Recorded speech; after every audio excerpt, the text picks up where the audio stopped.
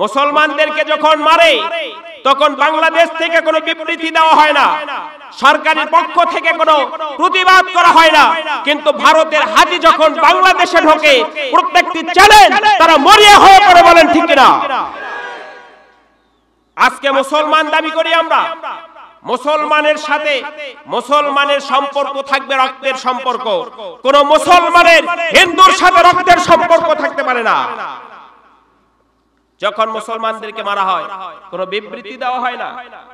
আজকে সারা বাংলাদেশ থেকে প্রতিবাদের ঝড় উঠেছে যে আমরা এই খুনি মোদিকে বাংলাদেশে ঢুকতে দেব না, ঠিক কিনা বলে? আজকে ঢাকাতে অনেক আন্দোলন হয়েছে। আজকে যারা বলেন যে আমরা দেশের জন্য কাজ করি, মানুষের জন্য কাজ করি, কিন্তু যখন প্রতিবাদ করে কোন দাবি নিয়ে রাস্তায় নামে তখন তাদের দাবি পূরণ করা হয় না, বরং আল্লাহ পাকের নাম নিলে ভালো লাগে না খারাপ লাগে? কারণ আল্লাহ পাক তার নামের ভিতরে দুনিয়ার সমস্ত মধু আল্লাহ পাক ঢেলে দিয়েছেন। সুবহানাল্লাহ বলেন। আল্লাহ পাকের নাম যত নিবেন আল্লাহ পাক বলেন আমি আমার বান্দার মর্যাদা সমুন্নত করে দেই। চিল্লা বলেন সুবহানাল্লাহ। আল্লাহ পাক আমাদেরকে অতি দয়া করে, অতি মায়া করে, অতি মহব্বত করে ভালোবেসে তিনি সৃষ্টি করেছেন। একটি মাত্র উদ্দেশ্য, বলতে পারবেন কি সেই উদ্দেশ্যটির নাম কি? ইবাদত। কি বলে? ইবাদত। কাজ, তার গোলামি। কার কাজ করতে হবে? আল্লাহ পাক। আমরা বান্দা কার? আল্লাহ। বান্দা মানে কি? গোলাম। আমরা গোলাম কার?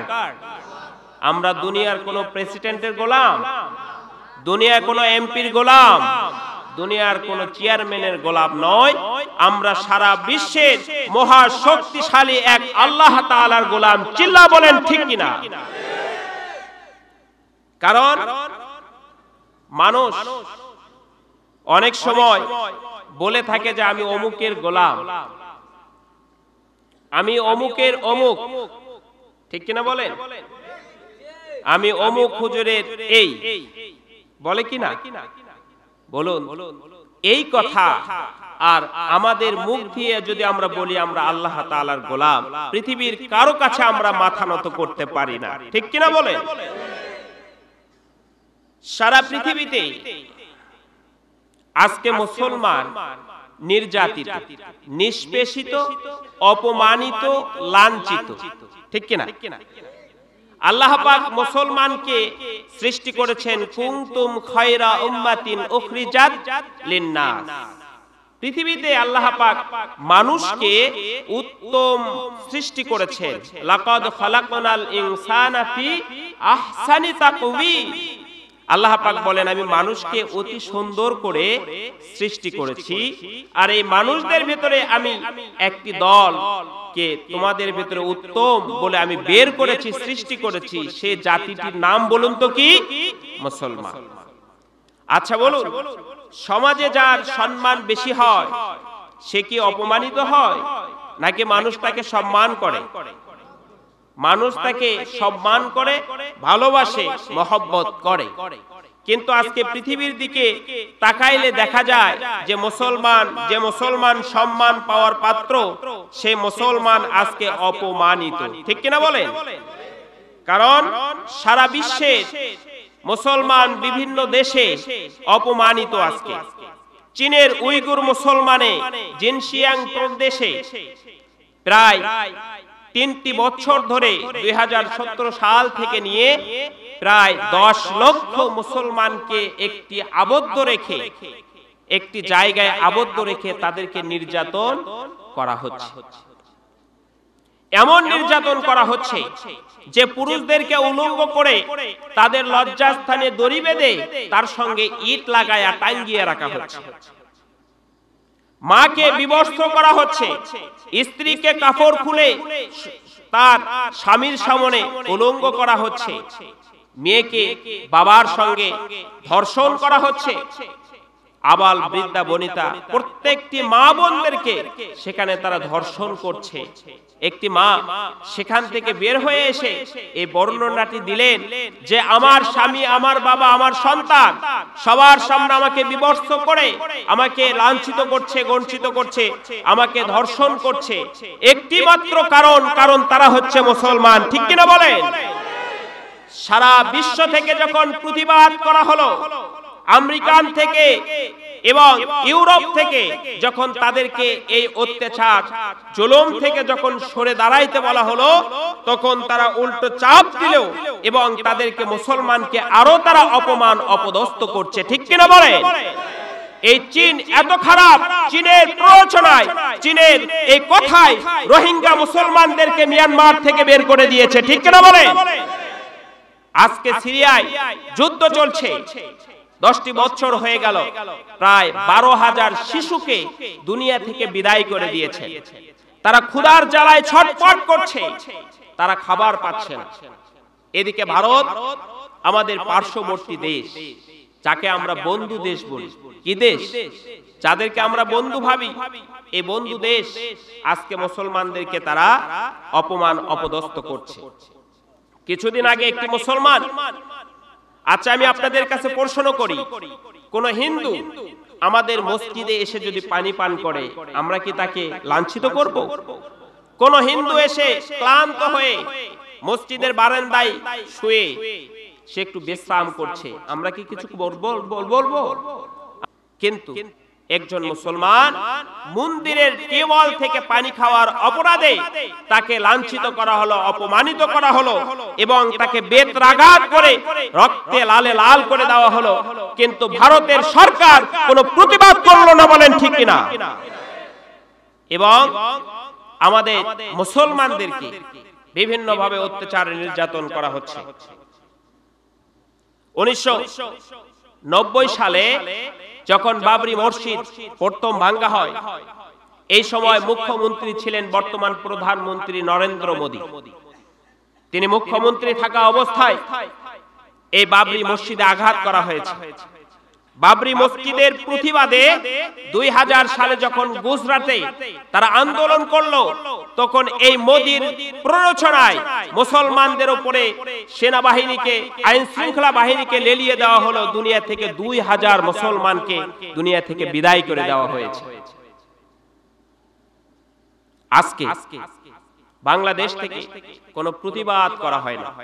মুসলমানদেরকে যখন মারে তখন বাংলাদেশ থেকে কোনো বিবৃতি দেওয়া হয় না, সরকারের পক্ষ থেকে কোনো প্রতিবাদ করা হয় না। কিন্তু ভারতের হাতি যখন বাংলাদেশে ঢোকে, প্রত্যেকটি চ্যালেঞ্জ তারা মরিয়া হয়ে পড়ে। বলেন ঠিক কিনা? আজকে মুসলমান দাবি করি আমরা, মুসলমানের সাথে মুসলমানের সম্পর্ক থাকবে রক্তের সম্পর্ক, কোন মুসলমানের হিন্দুর সাথে রক্তের সম্পর্ক থাকতে পারে না। যখন মুসলমানদেরকে মারা হয় কোনো বিবৃতি দেওয়া হয় না। আজকে সারা বাংলাদেশ থেকে প্রতিবাদের ঝড় উঠেছে যে আমরা এই খুনি মোদিকে বাংলাদেশে ঢুকতে দেব না। ঠিক কিনা বলে? আজকে ঢাকাতে অনেক আন্দোলন হয়েছে। আজকে যারা বলেন যে আমরা দেশের জন্য কাজ করি, মানুষের জন্য কাজ করি, কিন্তু যখন প্রতিবাদ করে, কোনো দাবি নিয়ে রাস্তায় নামে, তখন তাদের দাবি পূরণ করা হয় না, বরং পুলিশদেরকে লেলিয়ে দিয়ে তাদেরকে দুনিয়া থেকে বিদায় করার পায়তারা করা হয়। ঠিক কিনা বলে? আজকে মুসলমান সিংহের জাতি, কিসের জাতি বলেন? সিংহের জাতি কাসেম সুলাইমানকে যখন দুনিয়া থেকে বিদায় করে দেওয়া হয়েছে, তখন ইরানের প্রধানমন্ত্রী তিনি যখন যুক্তরাষ্ট্রে তিনি বিবৃতি দিয়েছে যে একজন কাসেম সুলাইমানকে দুনিয়া থেকে বিদায় করে দিয়েছো, তোমাদের যত সেনাবাহিনী, কোন সেনাবাহিনীকে, জীবিত সেনাবাহিনীকে ইরাক থেকে বের করে দেওয়া হবে না। বলেন ঠিক কিনা? এমনকি তারা প্রতিবাদের ঝড় তুলেছে। এই প্রতিবাদ করতে গিয়ে মার্কিন সেনাদেরকে, 80 সেনাদেরকে দুনিয়া থেকে বিদায় করে দিয়েছেন। আজকে ইরানের মতো সারা পৃথিবীর মুসলমান যদি গর্জে উঠতো, তাহলে সারা পৃথিবীময় মুসলমানদের উপর অত্যাচার হতো না। বলেন ঠিক কিনা? সম্মানিত বন্ধুগণ আমার, এমন একটি সময়, এমন একটি অন্ধকার আচ্ছন্ন সময় যে সময় জাহিলিয়াতের যুগ বলা হয়, এই সময় মাকে, বোনকে, অন্যের স্ত্রীকে কিছুই বলা হতো না। অন্ধকারময় রাত, অন্ধকারময় দিন, একটি জগতে রাসূল আকরাম সাল্লাল্লাহু আলাইহি সাল্লাম পৃথিবীতে আসলেন এবং মানবতাকে শান্তি দেওয়ার জন্য তিনি আহ্বান করতে লাগলেন, ঠিক কি না? রাসূল আকরাম সাল্লাল্লাহু আলাইহি সাল্লামের বয়স যখন 40, তিনি তখন লোকালয়ের কোলাহল থেকে মুক্ত হয়ে হিরার পর্বতে চলে গেলেন এবং ধ্যানে মগ্ন হলেন। মাসের পর মাস সেখানে কাটাইলেন। এইভাবে মাসের পর মাস কাটানোর পরে হঠাৎ একদিন হযরত জিবরাইল আলাইহিস সালাম এসে তার সামনে তিনি হাজির হলেন। একটি কারুকার্যপূর্ণ সদৃশ্য একটি কাপড় তার সামনে মেলে ধরলেন এবং জিবরাইল আলাইহিস সালাম বললেন, ইকরা বিসমি রাব্বিকাল্লাযী খালাক, ইকরা, আপনি পড়ুন। রাসূল আকরাম সাল্লাল্লাহু আলাইহি সাল্লাম বললেন, মা আনা বিকারি, আমি তো পড়তে জানি না।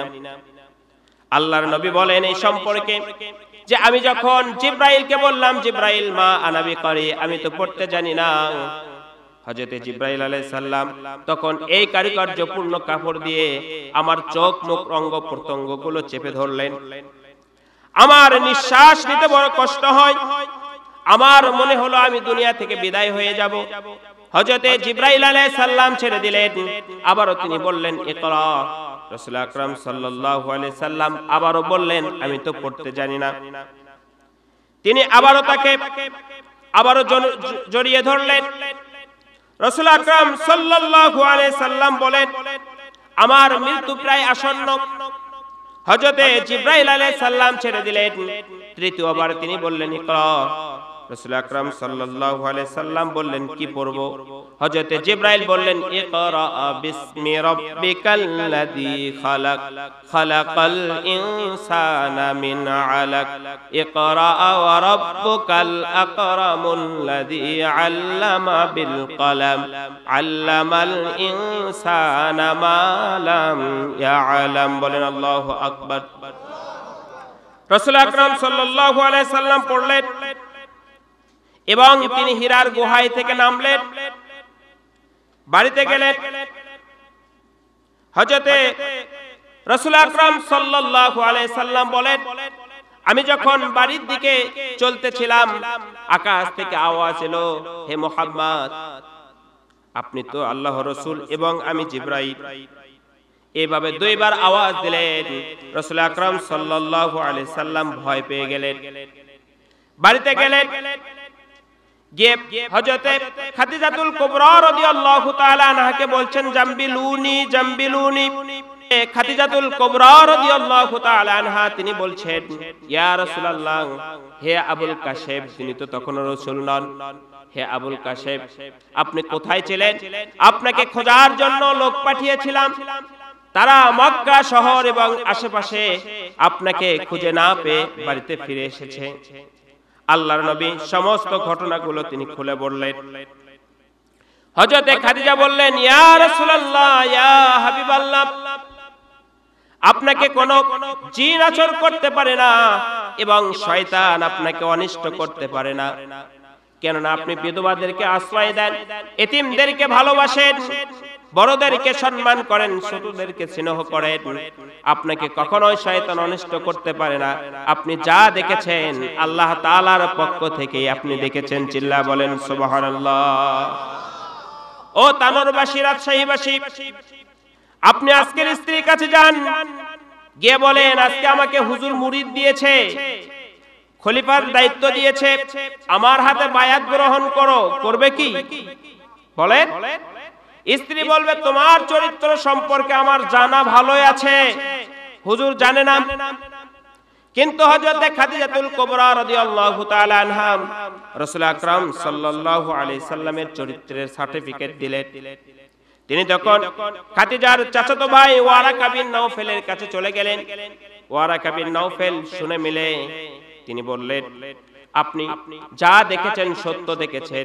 এটা তো সেই ফেরেশতা যে ফেরেশতা প্রত্যেকটি নবীর উপরে ওহী নিয়ে এসেছিলেন, ইনি হচ্ছেন হযরতে জিবরাইল। আল্লাহ তাআলা আপনাকে নবুয়তি দিয়েছেন, রাসূল হিসেবে স্বীকৃতি দিয়েছেন, আপনার কোনো ভয় নেই। তবে এই দাওয়াত নিয়ে যখন আপনি মানুষের দ্বারে দ্বারে যাবেন, আপনার গোত্রের লোকের কাছে যাবেন, তখন তারা এই দাওয়াত গ্রহণ করতে চাবে না। এমনকি তারা আপনার উপরে অত্যাচার করবে, নির্যাতন করবে। এমনও হতে পারে যে আপনাকে দেশ থেকে তাড়িয়ে দিবে।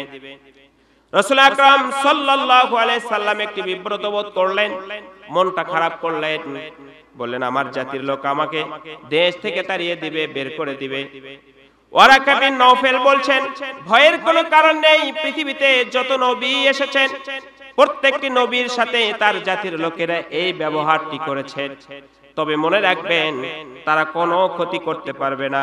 ইন্না কাফাইনাকাল মুস্তাহজিইন, বিদ্রোহকারীদের বিরুদ্ধে অবস্থান গ্রহণ করা আল্লাহ তাআলা নিজেই যথেষ্ট। চিল্লা বলেন সুবহানাল্লাহ। ও আমার রাজশাহীবাসী, আপনি আজকে লক্ষ্য করুন, রাসূলের এই দাওয়াত নিয়ে যারাই যখন মাঠে ময়দানে যায় তাদের উপর অত্যাচার আছে কি নাই? তাদের উপর অত্যাচার নির্যাতন আছে। সারা দেশে গান বাদ্য দিয়ে যদি ছড়ে যায় তারপরেও কোনো বাধা থাকবে না। যখনই কোরআনের কথা শুনবে তখনই তার 14 গোষ্ঠীর খবর তারা নিতে থাকে। ঠিক কিনা? দেখে যে রাজাকারের সন্তান কিনা। কি বলেন? আপনাদের এলাকায় নাই, অন্য অন্য জায়গায় আছে। রাজশাহীর মানুষ অনেক ভালো মানুষ, আপনাদেরকে আমি খুব পছন্দ করি, আপনাদের ভাষাটা আমাকে খুব ভালো লাগে। রাজশাহী, পাবনা, এই ভাষাগুলো মিষ্টি ভাষা, আদরের ভাষা, ভালোবাসার ভাষা। চিল্লায় বলেন সুবহানাল্লাহ। আপনারা অনেক ভালো মানুষ, রাজশাহীর মানুষ। আল্লাহ পাক যেন আপনাদেরকে হেফাজত করেন, বলেন আমিন। সম্মানিত বন্ধুগণ আমার, মন খারাপ করছেন না তো? সম্মানিত বন্ধুগণ আমার, ওয়ারাকা বিন নওফেলের এই কথা শুনে তিনি মন খারাপ করলেন এবং সমস্ত কথাগুলো তিনি বলে দিলেন। এই সময় কিছু সময় ওহী আসা বন্ধ ছিল। ইবনে আব্বাস রাদিয়াল্লাহু তাআলা আনহু বলেন, এই সময় ওহী আসা একটু বন্ধ ছিল। হযরত হাফেজ ইবনে হাজার আসকালানী রাহমাতুল্লাহি আলাইহি বলেন, এইটা ওহী এই জন্যই নাজিল বন্ধ ছিল, আল্লাহ রাসূলের প্রতি যখন ওহীটা নাজিল হয়ে গেল তিনি ভয় পেয়ে গিয়েছিলেন, তার শরীরে জ্বর এসেছিল। তার যেন ভয়টা কেটে যায় আর যেন ওহী পাওয়ার জন্য তিনি যেন ব্যাকুল হয়ে যায়। বিষয়টি তাই হয়েছিল। রাসূল আকরাম সাল্লাল্লাহু আলাইহি সাল্লামের ভয় যখন কেটে গেল তিনি তখন শহরে একবার চলে যান, একবার হীরার গুহায় চলে যান। আল্লাহ রাব্বুল আলামিন আবারও তার প্রতি তিনি ওহী নাজিল করলেন। রাসূল আকরাম সাল্লাল্লাহু আলাইহি সাল্লাম বলেন, আমি যখন ওহী পাওয়ার জন্য হীরার গুহায় দৌড়াদৌড়ি করলাম, পথের মধ্যে তাকিয়ে দেখলাম আসমান থেকে আমার জন্য আওয়াজ চলে এসে, হে মুহাম্মদ, আপনি তো আল্লাহর রাসূল এবং আমি জিবরাইল। তাকিয়ে দেখি একটি সিংহাসনে ওই ফেরেশতা বসে আছেন যিনি হীরার গুহায় এসেছিলেন। আমার চোখটা ধাঁধিয়ে গেল, আমি আবারও ভয় পেয়ে গেলাম। বাড়িতে এসে স্ত্রীকে বললাম, জাম্বিলুনি জাম্বিলুনি, আমাকে চাদর দিয়ে ঢেকে দাও। হযরতে খাদিজাতুল কুবরা রাদিয়াল্লাহু তাআলা তিনি আবার তাকে চাদর দিয়ে ঢেকে দিলেন।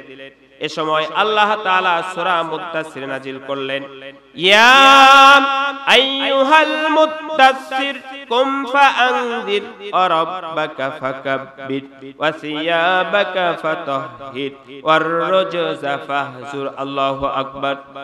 সম্মানিত বন্ধুগণ আমার, আল্লাহ রাব্বুল আলামিন ওহী নাজিল করলেন, বললেন, হে চাদর আবৃতকারী, ওঠো ওঠো, কুম ফাআনযির, ওঠো, সতর্ক করো।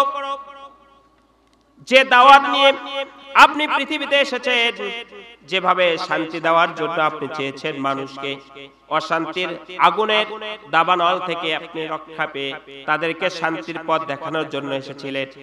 আপনি চাদর দিয়ে শুয়ে থাকা যাবে না। আপনি আপনার সামনে যে ওহীটা নাজিল করেছি এই ওহী মানুষের সামনে আজকে প্রচার করুন। ও রাজশাহীবাসী, এই আয়াত থেকে শিক্ষা নিতে হবে, আল্লাহ রাব্বুল আলামিন আমাদেরকে পৃথিবীতে প্রেরণ করেছেন যারা সমাজের নেতা হন, যারা সমাজের ইমাম হন, তাদেরকে শুয়ে থাকলে হবে না, বসে থাকলে হবে না। আল্লাহ রাব্বুল আলামিন যে ওহীটি নাজিল করেছেন এই ওহী নিয়ে মানুষের দ্বারে দ্বারে গিয়ে আল্লাহ তাআলার পথে ডাকতে হবে কিনা বলুন। সম্মানিত বন্ধুগণ আমার, এই জন্য সাথে সাথে আল্লাহ রাব্বুল আলামিন আরেকটি আয়াত তিনি নাজিল করলেন, ইয়া আইয়ুহার রাসূলু বাল্লিগ মা উনসিলা ইলাইকা মির রাব্বিক ওয়া ইল্লাম তাফআল ফামা বাল্লাগতা রিসালাতা আল্লাহু ইয়াসিমুকা মিনান নাস। হে রাসূল, মানুষের নিকট পৌঁছিয়ে দেওয়ার জন্য যে ওহী আপনার প্রতি নাজিল করা হয়েছে তার ব্যাপারে যদি আপনি অলসতা করেন তাহলে নবুয়তির সঠিক হক আপনি আদায় করলেন না। আর এ ব্যাপারে মানুষের অনিষ্ট থেকে আমি আল্লাহ তাআলা আপনাকে সম্পূর্ণ রক্ষা করব। চিল্লা বলেন সুবহানাল্লাহ, লা ইলাহা ইল্লাল্লাহ। সম্মানিত রাজশাহীবাসী, তাহলে আল্লাহ রাব্বুল আলামিন বললেন আপনাকে যে ওহীটি নাজিল করা হয়েছে এইভাবেই, যেইভাবে আমি আপনার প্রতি নাজিল করেছি, কোনো গোপন করার বিষয় নয়, যা আমি নাজিল করেছি স্পষ্টভাবে মানুষের সামনে বলো। এর দ্বারাই যদি তোমার উপরে কোনো অত্যাচার নির্যাতন চলে আসে আমি রব্বুল আলামিন সমস্ত নির্যাতন অত্যাচার থেকে আমি হেফাজত করব। চিল্লা বলেন সুবহানাল্লাহ। ইন্নাল্লাহা লা ইয়াহদিল কওমাল কাফিরিন, আমি কখনোই কাফেরদেরকে তোমার উপরে বিজয়ী হতে দিব না।